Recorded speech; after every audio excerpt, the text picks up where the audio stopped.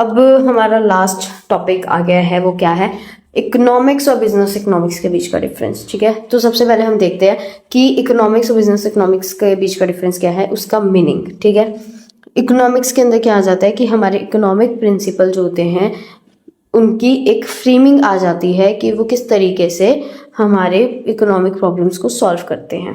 ठीक है, एक फ्रेमिंग आने का मतलब है कि वो बता देते हैं कि अगर ये प्रॉब्लम आ गई है तो आप इसको ऐसे सॉल्व कर सकते हो। लेकिन बिजनेस इकोनॉमिक्स के अंदर वो एक्चुअल में उसको सॉल्व करके दिखाते हैं कि अगर आपको ये इकोनॉमिक प्रॉब्लम आ गई है तो आप इस प्रिंसिपल का यूज़ करके कि आप इस प्रिंसिपल का यूज़ करो, इसको सॉल्व कर लो। ठीक है, वो एक्चुअल में प्रैक्टिकल चीज़ दिखाते हैं। इकोनॉमिक्स का जो करेक्टर है वो माइक्रो भी है मैक्रो भी है, लेकिन बिजनेस इकोनॉमिक्स का सिर्फ माइक्रो है। ठीक है, वो पूरी वर्ल्ड लेवल की प्रॉब्लम्स को सॉल्व नहीं करता है, वो सिर्फ एक माइक्रो लेवल की प्रॉब्लम्स को सॉल्व करता है।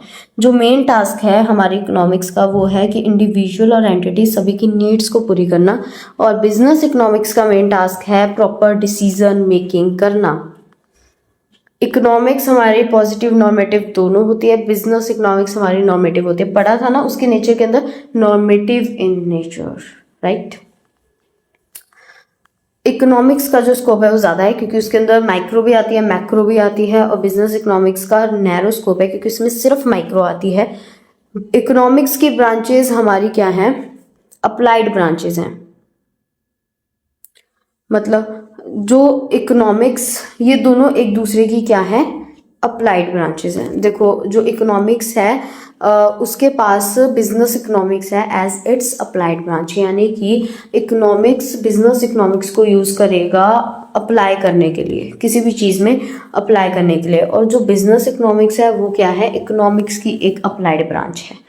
उल्टा घुमा फिरा के दिया हुआ है, एक बार पढ़ लेना इसको, डिफरेंस को समझ आ जाएगा। इसके बाद है कंसर्न्ड विद,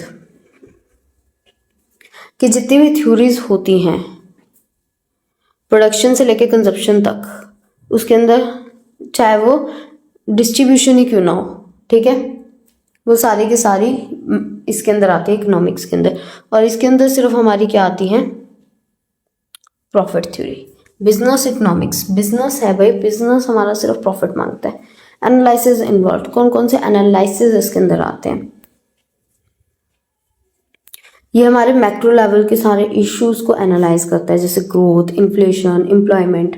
ठीक है, और ये किस चीज़ को एनालाइज करता है, हमारी डिमांड, सप्लाई, प्रॉफिट, इन सभी को। ठीक है, कॉन्सेंट्रेशन, ये हमारे किस चीज़ के ऊपर कॉन्सेंट्रेट करता है, ये हमारे इकोनॉमिक एस्पेक्ट के ऊपर कॉन्सेंट्रेट करता है। Only on the economic aspect of any business problem, ये किसी भी बिजनेस प्रॉब्लम के इकोनॉमिक एस्पेक्ट के ऊपर कॉन्सेंट्रेट करता है। और ये किस के ऊपर कॉन्सेंट्रेट करता है, इकोनॉमिक और नॉन इकोनॉमिक दोनों एस्पेक्ट पे। इकोनॉमिक्स क्या करता है, उसके अंदर सर्टेन अजम्पशंस होती हैं जिसके ऊपर हमारी इकोनॉमिक्स बेस्ड है। इसके अंदर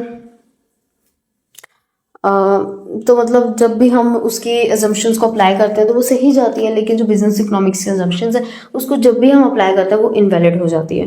ठीक है उसके पास भी अजम्पशंस, लेकिन जब भी हम उसको अप्लाई करते हैं तो वो इनवैलिड हो जाती है।